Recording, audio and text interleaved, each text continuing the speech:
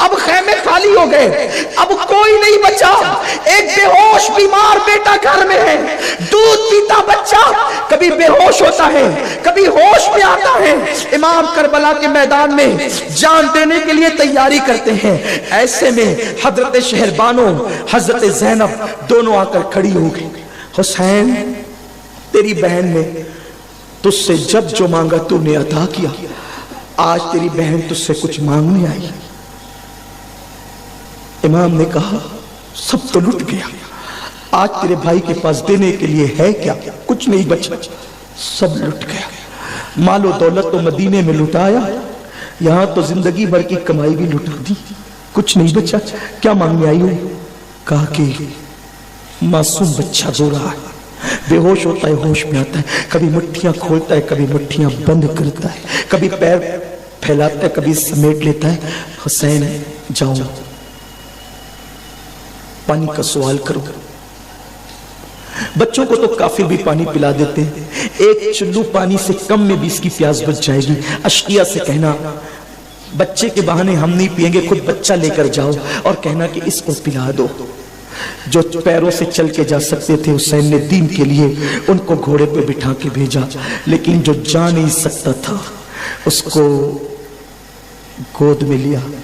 بلکہ گود میں لینے سے پہلے کہا زینب میرے گھر کی روایت مانگنا نہیں دینا ہے. زینب نے کہا فاطمہ کے نام کا واسطہ میری سن لے میرے بھائی.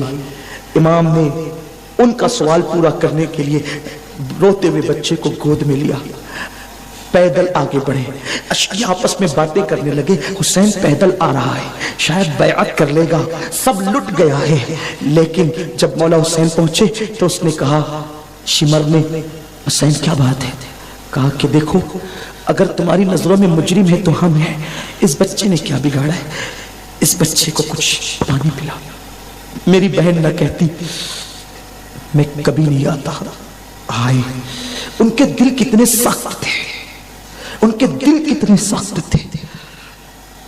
جب مولا حسین نے کہا پانی پلا دو, شاید اس کے بدلے میں ساقی کوثر سے کچھ انعام دلوا دو, تھوڑے سا پانی پلا.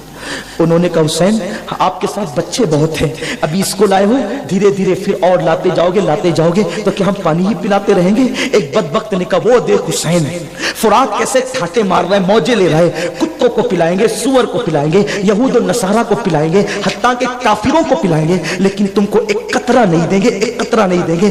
مولا حسین نے جیسے ہی سنا کہا بچے کو پانی پلا, مجھے نہیں. اتنے میں عمر سعد نے کنکھیوں سے اشارہ کیا اور کہا حسین بیٹے کے رونے کا اتنا خیال ہے تو لے, آج کے بعد تیرا بیٹا کبھی نہیں روئے گا. اور اس کے بعد اس نے حرملہ بن کاہل پلید کو کہا تیر چلانے کے لیے اشارے سے. حرملہ بن کاہل نے جو ہے وہ کمان پر تیر چڑھا دیا. تاریخ نگار لکھتے ہیں کہ جنگ کے اندر دو قسم کے تیر ہوتے تھے, ایک انسانوں پہ چلانے کے لیے اور ایک گھوڑوں پہ چلانے کے لیے, اس لیے کہ گھوڑے کی چمڑی انسانوں سے کچھ زیادہ سخت ہوتی ہے. اللہ اس نے گھوڑوں پہ چلانے والا تیر جو ہے وہ کمان پہ رکھا اور معصوم علی اصغر کے حلق کا نشانہ بنا کر ایسی تیزی سے چلایا کہ حلق کے اصغر کو چیرتے ہوئے امام حسین کے بازو میں وہ تیر لگ گیا اور ننھے سے معصوم بچے نے ایک ہلکی سی جھرجھری لی اور ہمیشہ کے لیے باپ کی گود کے اندر دم توڑ دیا.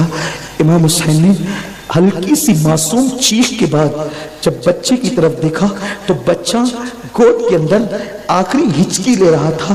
مولا حسین پاک نے جلدی سے تیر حلق سے نکالا تو جیسے حلق سے تیر نکلا خون کی پھوار امام علی مقام کے چہرے پہ پڑی.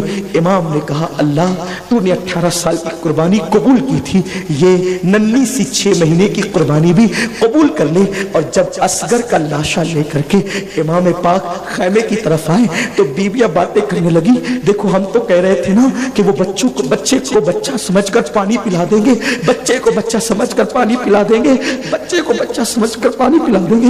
پلا دیا نا پانی, بچہ چپ ہو گیا نا, اس کی آنکھوں میں اب آنسو نہیں, رونے کی آواز نہیں. زینب نے ہاتھ آگے بڑھا دیے, بھیا ہم تو پہلے ہی کہتے تھے کہ وہ بچے کو ضرور پانی پلا دیں گے. لیکن جیسے امام نے کہا ہاں میری بہن, انہوں نے میرے بچے نے پانی تو پیا لیکن ان بدبختوں کے ہاتھوں سے نہیں بلکہ اپنے نانا ساقی کوثر کے ہاتھ سے پانی پیا۔ اصغر کا لاشا دیکھ کر خیمے میں کوہرام مچ گیا۔ بیویاں زار زار رونے لگی۔ سکینہ اصغر کو لپٹ گئی، سکینہ اصغر کو لپٹ گئی۔ بھیا میں کس کا جھولا جھلاؤں گی، میرے ساتھ کون کھیلے گا، بولو تو صحیح کیوں چپ ہو۔ ابھی یہی سب ہو رہا تھا، یہی سب ہو رہا تھا۔ اب امام پاک کی شہادت بھی سن کر گفتگو ختم کرتے ہیں۔ یہی سب کچھ ہو رہا تھا، خیمے میں رونے کا ایک ماحول تھا، آنسو ہی آنسو تھے، ہچکیاں ہچکیاں تھی، سسکیاں ہی سسکیاں تھی۔ ایسے میں گھوڑے کے ٹاپوں کی زور زور کی آواز آنے لگی، گھوڑے کے ٹاپوں کی زور زور کی آواز آنے لگی۔ امام نے آنسو پوچھے آستین سے اور خیمے کے باہر نکلے تو کیا دیکھا، ایک گھوڑ سوار تیزی سے خیمے کی طرف آ رہا ہے۔ امام نے اپنے گالوں پہ ہاتھ رکھا، یا اللہ اب کون سی مصیبت آتی ہے، اب کون سی مصیبت آتی ہے، لشکر تو ادھر ہے، ادھر سے کون گھوڑ سوار آتا ہے۔ جیسی گرد و غبار چھٹا، گھوڑ سوار رکا، اس کا گھوڑا پسینے میں شرابور تھا، وہ پورا پسینے میں شرابور تھا۔ امام کا چہرہ دیکھا، قدم چومے، امام آپ یہاں، آپ یہاں، امام آپ یہاں، میں تو آپ کے لیے کوفہ جا رہا تھا۔ امام نے پوچھا تجھے کیسے پتا کہ میں کوفہ گیا؟ کہا کہ جب آپ مکے میں تھے میں آپ سے ملتا تھا، میں کوفہ کا رہنے والا ہوں، میں حج کے لیے گیا تھا، لیکن حج کر کے جب میں مدینہ منورہ گیا تو میں نے دیکھا ایک ننھی سی بچی برقع پہن کر روزانہ رسول اللہ کے مزار پہ آتی اور در رسول پہ کھڑے رہ کر صرف روتی صرف روتی صرف روتی۔ لوگ اس سے پوچھتے بی بی تم کون ہو، تمہارا کام کیا ہے، تم کیوں روتی ہو؟ تو وہ پوچھتی تھی تم کہاں کے ہو؟ تو لوگ اپنے علاقے کا نام بتاتے تو وہ کہتی تم سے مجھے کوئی کام نہیں۔ ایک دن میں نے ہمت کیا کہ یہ برقع پوش چھوٹی سی ننھی سی لڑکی یہ روز روتی ہے، صبح سے شام تک نبی کی چوکھٹ پہ کھڑی رہتی، صرف روتی ہی ہے۔ میں نے سوچا کہ میں بھی تو چلوں پوچھوں یہ کیا کچھ تو اس کا سوال ہوگا، کچھ تو اس کا کام ہوگا۔ میں گیا، میں نے کہا بی بی تم کون ہو، کیوں روتی ہو، تم کیوں روتی ہو، کیا ہوا، کس نے ستایا تمہیں؟ تو اس نے مجھ سے بھی یہی پوچھا تم کہاں کے ہو؟ میں نے کہا میں کوفہ کا ہوں۔ تو کہا تم میرے کام آ سکتے ہو۔ کہا کہ میں حسین ابن علی کی بیٹی، حسین ابن علی کی بیٹی سغرا فاطمہ ہوں، میرا نام سغرا ہے۔ میرے بابا جب مکہ گئے تو میں بہت بیمار تھی، بخار میں تھی، میری ضد کے بعد بھی مجھے کسی نے ساتھ نہیں لے گئے۔ مجھے کہا تھا تم اچھی ہو نا، خط لکھنا، علی اکبر آ کر تمہیں لے جائیں گے۔ میں نے بہت خط لکھے لیکن میرے خط کا کوئی جواب نہیں آیا۔ میں نے بہت خط لکھے، میرے خط کا کوئی جواب نہیں آیا۔ اور میرے چچا محمد بن حنفیہ نے مجھ سے کہا کہ تمہارے بابا جب تک مکے میں تھے برابر خط آ رہے تھے، اب وہ مکے سے نکل کے کوفہ گئے، کم و بیش 6 مہینے ہو گئے، کوئی جواب نہیں ہے، کوئی گفتگو نہیں ہے۔ آپ کوفہ کے رہنے والے، میرے بابا کوفہ گئے لیکن کوئی خبر نہیں ہے۔ ایک کام کریں نا، میرا خط لے جائیں، میرے بابا کو دے دینا۔ دیکھو اگر آپ میرے بابا تک یہ خط پہنچا دو گے نا تو میرے بابا بڑے سخی ہیں، وہ تمہیں بہت مال و دولت دیں گے اور میں تمہیں کچھ نہیں دے سکتی، میرا خط لے جاؤ گے نا؟ انہوں نے کہا بی بی میں آپ کے خاندان کا غلام ہوں، میں آج ہی جاؤں گا آپ کے خط کے لیے، آج ہی روانہ ہو جاؤں گا۔ تو کہا رکو پھر میں اپنے گھر سے آتی ہوں۔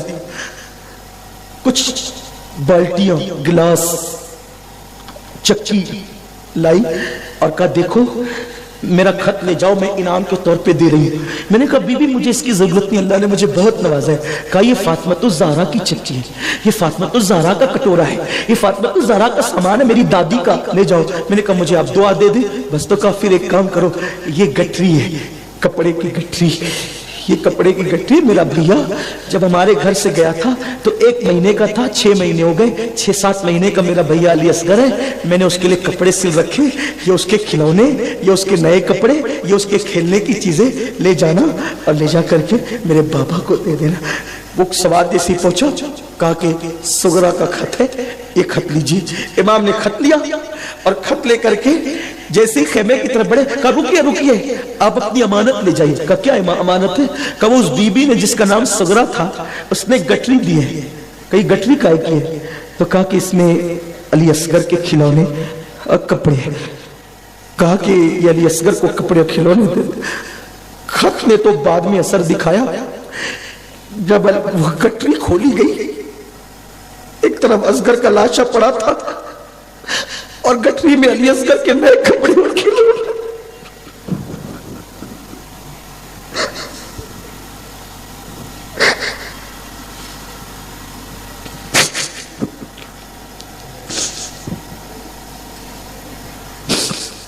دین کی حفاظت کرنے والوں کا امتحان سب لٹا ہے, سب لٹا ہے, سب گیا ہے, سب ختم ہو کر دین بچایا ہے.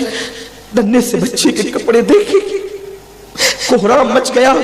خط کھولا, کیا تھا؟ شکایتیں شکایتیں شکایتیں. ابا میں آپ سے ناراض ہوں. علی اکبر جب تو آئے گا نا گھر لوٹ کر تو دیکھنا میں تجھ سے کتنی ناراضگی کے بدلے لوں گی. قاسم وعدے کر گئے تھے, بھول گئے میرا وعدہ. سب سے شکایت. خط پڑھتے جاتے تھے, روتے جاتے تھے, شکوے اور شکایتیں تھی. وہ خط انشاءاللہ اللہ توفیق دے گا تو میں کبھی آپ کو پڑھ کر کے پورا خط انشاءاللہ سناؤں گا. امام پاک نے قرآن مچا ہوا ہے. امام زین العابدین بستر پہ لیٹے لیٹے رو رہے ہیں. کہتے بابا سب جا چکے, اب میں بھی جانا چاہتا ہوں. سب جا چکے, اب میں بھی جانا چاہتا ہوں. مولا حسین نے کہا بیٹے نہیں, تم نے نہیں جانا. علی حضرت امام زین العابدین نے کہا بابا آپ مجھے بیمار سمجھ کے روکتے ہیں, یہ دیکھیے میں چلنے کے قابل ہو گیا ہوں. حضرت امام زین العابدین نے اپنی پوری طاقت کو اکٹھا کیا اور جیسے ہی کھڑے ہونے لگے جھٹ سے زمین پہ گر گئے. امام حسین نے کہا بیٹے تم نے نہیں جانا, حسینی سیدوں کا سلسلہ تم سے جاری رہے گا. سینے سے لگایا, سینے کی امانت سینے میں منتقل کی اور اس کے بعد اب میرے امام کی باری تھی. پورا خیمہ خالی ہو گیا تھا, پورا خیمہ لٹ چکا تھا. امام پاک نے گھر والوں کو صبر کی نصیحت کی. زینب, شہر بانو, ام رباب, لیلا, سکینہ سب کو مخاطب کر کے کہا میرے بعد ماتم نہیں کرنا, سروں کو نہیں نوچنا, کپڑے نہیں پھاڑنا. اور امام زین العابدین سے کہا زین العباد تم میرے بعد اس قافلے کے سردار رہو گے, تم ہی اس قافلے کی قیادت کرو گے. ابھی تم لوگوں کو بہت رونا ہے, بہت امتحان دینا ہے, بہت آزمائشوں سے گزرنا ہے, بہت تکلیفوں سے گزرنا ہے. امام پاک کہتے جا رہے ہیں, خیمے میں کوہرام مچا جا رہا ہے. اور اس کے بعد امام علی مقام نصیحتیں کرتے ہیں اور آخری جملہ جو میرے امام نے کہا خیمے میں کوہرام مچ گیا, نانا کی بارگاہ میں جانا تو میرا سلام پیش کرنا اور نانا کو ایک ایک بات ان ظالموں کی سنانا کہ ان لوگوں نے کربلا میں میرے ساتھ کیا سلوک کیا, میرے بچوں کو لوٹا, میرے گھر کو لوٹا, میرے معصوم بچے کو ذبح کیا, میرے 18 سال کے بیٹے کو ذبح کیا, میرے قاسم کی لاش پہ گھوڑے دوڑائے, میرے عباس کے بازو کاٹے. یہ پوری داستان ایک ایک کر کے میرے نانا کو سنانا. سیدہ زینب رو رہی ہے. ایسے میں امام پاک اب اپنے ہاتھوں سے نانا جان کا اپنے سر پہ سجاتے ہیں, جعفر طیار کا پٹکا باندھتے ہیں, ذوالفقار حیدری ہاتھ میں لیتے ہیں اور اس کے بعد جب جانے کی تیاری کرتے ہیں سیدہ زینب نے کہا رکو رکو, ٹھہرو ٹھہرو حسین. امام نے کہا کسی آزمائش میں اب مجھے مت ڈالو, بات کیا ہے؟ سیدہ زینب نے کہا حسین رکو. ایک گٹری کھولی, گٹری کھولنے کے بعد اس میں تقریباً 17 پیوندوں سے زیادہ ایک دوپٹہ تھا. بس گفتگو ختم کر رہا ہوں, شہادت پڑھ لو پھر زندگی رہی تو انشاءاللہ آئندہ سال شہادت کے بعد کے واقعات آئندہ تفصیل سے سناؤں گا. لیکن امام کی شہادت, امام پاک کی شہادت, سیدہ زینب نے ایک گٹری کھولی. گٹری جیسے ہی کھلی, گٹری کھلی, سیدہ زینب نے ایک 17 پیون والا جو جگہ جگہ سے پھٹا ہوا تھا ایک دوپٹہ نکالا اور دوپٹہ نکال کے کہا حسین اس دوپٹے کو پہچانتے ہو؟